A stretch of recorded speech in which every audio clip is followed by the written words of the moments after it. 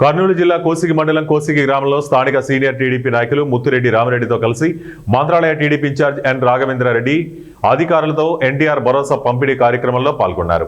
ఈ సందర్భంగా కోసిగి గ్రామ టీడీపీ నాయకులు మంత్రాలయ టీడీపీ ఇన్ఛార్జ్ ఎన్ రాఘవేంద్రారెడ్డి ఘన స్వాగతం పలికారు. కోసిగి ఎంపీడీఓ వెంకటేశ్వర స్వామి ఆధ్వర్యంలో వీఆర్ఓ బసవరాజు సచివాలయ సిబ్బందితో వృద్ధులకు, వితంతువులకు, దివ్యాంగులకు పింఛన్లు పంపిణీ చేశారు. సూపర్ జిఎస్టీ సూపర్ సేవింగ్ కార్యక్రమానికి ముఖ్య అతిథులుగా వచ్చినటువంటి కోసిగి మండల నాయకులకు, అదేవిధంగా వందగల్ గ్రామ నాయకులకు, గ్రామ పెద్దలకు అందరికి కూడా నా ధన్యవాదాలు తెలియజేసుకుంటున్నా. ముఖ్యమంత్రి గారు ఒకటే నినాదంతో ముందుకు పోతున్నాడు.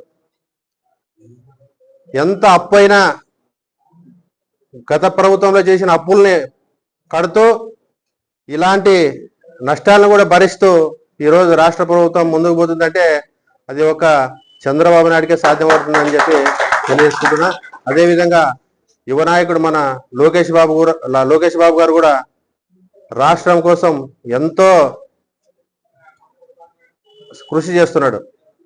ఈరోజు తండ్రికి దగ్గర తనయుడి అనిపించుకోవడానికి ఒక రాష్ట్రంలో లోకేష్ బాబు గారు అంతకు మించి శ్రమిస్తూ ఈ రాష్ట్రం కోసం సేవ చేస్తున్నాడు. ఆయన కూడా ప్రత్యేక ధన్యవాదాలు తెలియజేసుకుంటున్నా. మనం కూడా ఈ జిఎస్టీ ఏదో షాప్స్కి వెళ్తే ఈరోజు ఏదో దసరా ఆఫర్లు వచ్చినాయని అనుకుంటాం, కానీ ఈ ఆఫర్ ఇచ్చింది కూటమి ప్రభుత్వం అని చెప్పి తెలియజేసుకుంటున్నా.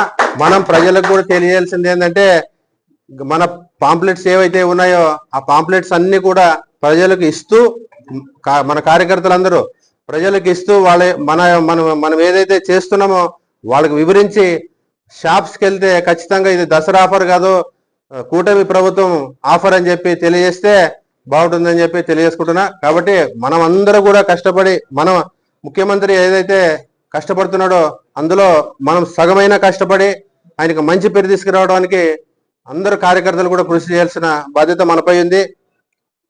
మనం అందరూ కూడా ముఖ్యమంత్రి గారు ఏ రాష్ట్ర ప్రభుత్వం ఏదైతే పథకాలు చేపడుతుందో ఆ పథకాలని మన కింద స్థాయి గ్రామాల్లో ఖచ్చితంగా వివరించాల్సిన బాధ్యత మనపై ఉంటుంది.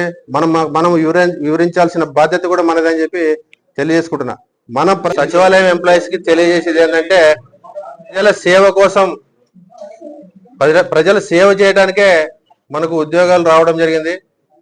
అది గుర్తించి ప్రజా సేవ చేయకుండా చాలా మంది కొన్ని గ్రామాల్లోనైతే ఏదో పింఛన్లకు పంచడానికి మాత్రమే సచివాలయం ఎంప్లాయీస్ వస్తున్నారని చెప్పి తెలుపుతున్నారు.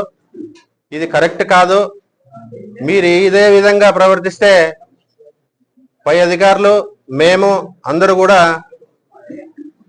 మీపై చర్యలు తీసుకోవాల్సిన అవసరం ఉంటుందని చెప్పి తెలియజేసుకుంటున్నా. దయచేసి, ఎందుకంటే మన నియోజకవర్గమే వెనుకబడిన నియోజకవర్గం. ఇలాంటి నియోజకవర్గాలకు సేవ చేసినప్పుడే మీకు కూడా కరెక్ట్, మన ప్రభుత్వానికి కూడా మనం న్యాయం చేసిన వాళ్ళు అవుతాం. కాబట్టి ఏ గ్రామాల్లో అయితే ఆ గ్రామాల్లో ఉన్న సచివాలయ ఎంప్లాయీస్ అందరూ కూడా దయచేసి మీకు ధన్యవాదాలు తెలియజేసేది ఏంటంటే మీరు ఖచ్చితంగా అన్ని గ్రామాల్లో సమయపాలన పాటిస్తూ అన్ని గ్రామాల్లో ప్రతి సేవ ఏదైతే ప్రభుత్వం నుంచి వచ్చింటదో అవన్నీ కూడా ప్రజల్లోకి తీసుకుపోవాల్సిన బాధ్యత మీదే. కాబట్టి మీరు కూడా అందరూ అన్ని సచివాలయాలకు మన నియోజకవర్గంలో ఉండే సచివాలయాలకు తెలియజేసేది ఏంటంటే ముఖ్యంగా చాలా మంది రారు, వారానికి ఒకసారి కూడా కనీసం కనపడిన సచివాలయ ఎంప్లాయీస్ ఉన్నారని చెప్పి గ్రామాల్లోకి వెళ్తే చెప్పడం జరుగుతుంది. మా కార్యకర్తలు అదే చెప్తున్నారు, గ్రామ ప్రజలు కూడా అదే చెప్తున్నారు.